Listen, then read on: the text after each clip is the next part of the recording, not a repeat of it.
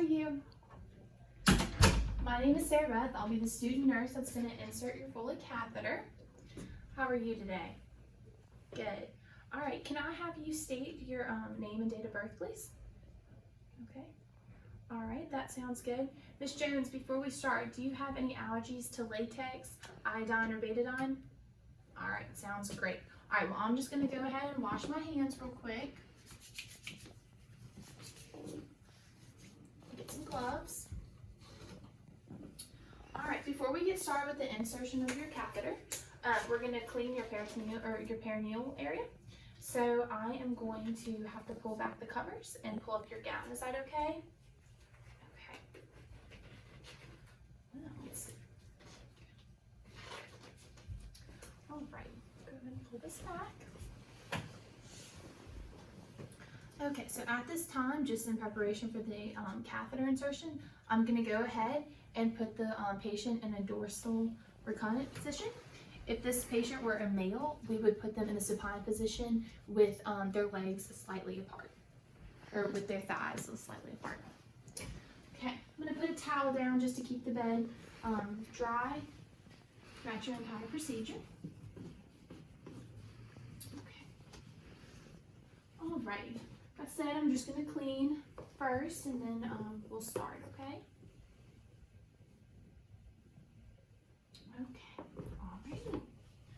Alright, so you're now clean. Before we get started, do you have any questions that you wish to ask or anything like that? Okay, so the reason that you're going to have a Foley catheter is going to be because your bladder needs emptying.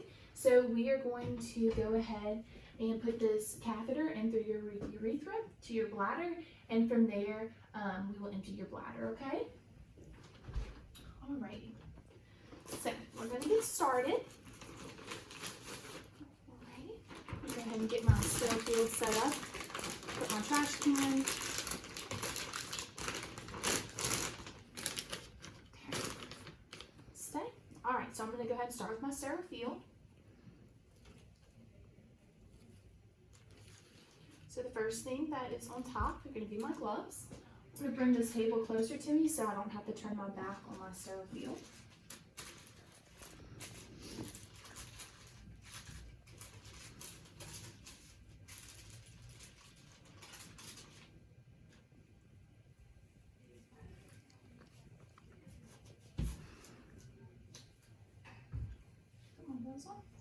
And at any time during the procedure, if I were to break sterile contamination, I would restart my procedure or restart with putting on gloves. Okay, so that's now done. All right, so now I'm going to start. So the first thing that's on top of my box is going to be a sheet that I'm going to lay down, and this is just going to help keep everything sterile.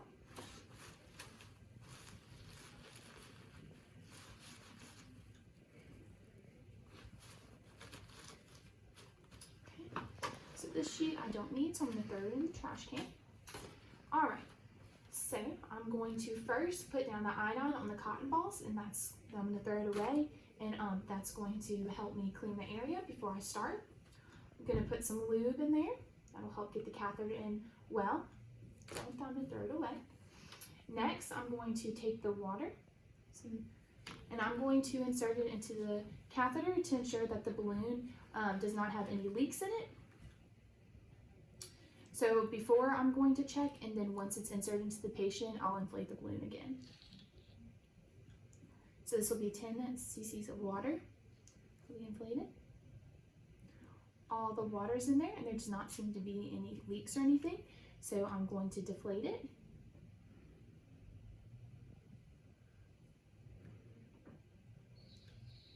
Back to its normal size.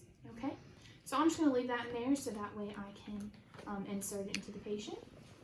And I'm going to go ahead and put this in the lube so that way it will be getting ready for me to insert it. Okay, so now I'm going to go ahead and take my forceps, and I'm going to put my hand here, and this hand is now contaminated. So I'm going to take a cotton ball, and I'm going to do the side, the other side, in the middle, and I'm done with the cleaning. So now I'm going to take my catheter, and I'm going to insert it into the patient. In females, whenever you're going to insert about 2 to 3 inches, and then you should have urine output. Once you have urine output, you're going to insert it 2 to 3 more inches to ensure that it's in the bladder. So I'm going to insert a little bit more. If this were a male, I would insert it all the way to the Y, so that way we could ensure that it was in the bladder. Now I would, if this were a real person, I would go ahead and insert the 10 cc's of water back into to inflate the balloon. But since it is not, I'm going to go ahead and, well, it's inserted. Now I'm going to tape the tube, the catheter, to the patient's leg. The tape, so it does not like sticking to the patient, or usually it would stick to the patient, but it does not stick to the mannequin's skin, so it might come off. Alrighty, so now that that is inserted, I would go ahead and just take this away, and I'm going to put it to the side. Now I'm going to take my bag out. I'm going to have it wrap around the patient's legs so that way it will stay a little bit. Okay. So now I'm going to come here and I'm going to put the bag on the bed rail, or on the bed frame, not the railing. So I will let it sit there, and I'm going to be sure to never bring it above the patient's bladder. If I needed to take a sample, since I just put the catheter in, I could go ahead and take it from right here. But if it were a few days or a few hours, I would have to come to this port right here, and I would have to get the sample from there. Okay, so now the patient her catheter has been inserted, and she should be feeling no discomfort. If she was, she would tell me, and we would figure out what the problem was. So I'm just going to go ahead and disregard all of this.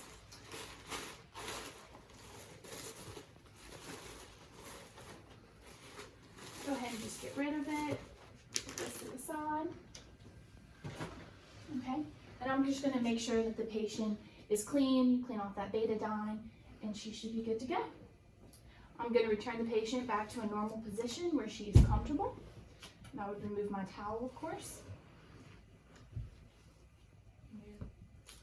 Tape would stay with the patient.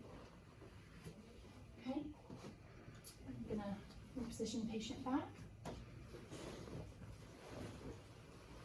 Alrighty. Make sure, of course, both bed rails are up. Lower the bed back to a position that she could be comfortable at.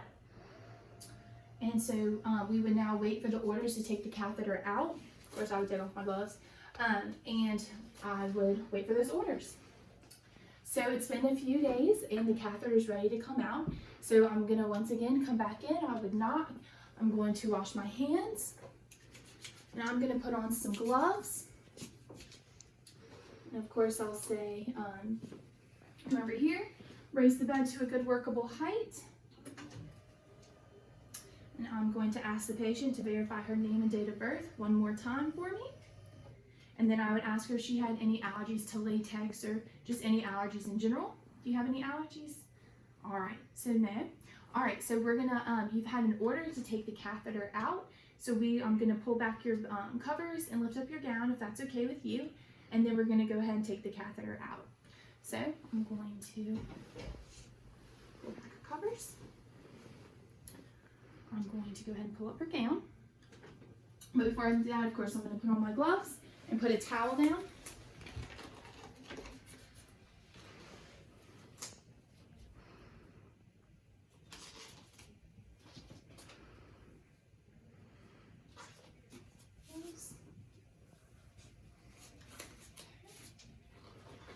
So I'm going to put a towel down again as we take out the catheter. That way she will be still dry. Pull this back. Once again, put her in a position that it's easier access, so dorsal recumbent. All right, and before I do that, I'm going to real quick empty the bag and make sure, and I'm going to go ahead and bring the bag up here so that way it's easier to take it out. Okay, so before I do anything, I'm going to take my syringe and I will hook it up to the port and pull out the water, the 10 cc's of water, to deflate that balloon that's in the bladder. So I've just done that. So I'm going to put that there. I'm going to ask Ms. Jones to take a deep breath as I pull it out. Just go ahead and take a deep breath. and it's pulled out. Of course, I will then discard the catheter properly, and I will go ahead and clean Ms. Jones one more time, make sure that she is all set, and then I will return her back to a normal position.